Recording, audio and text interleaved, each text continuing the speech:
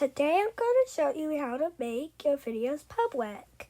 So first, pick the video or show you want. Then, if it's not short,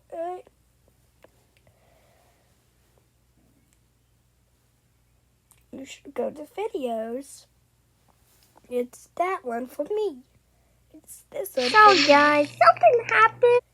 Then you go to videos or shorts.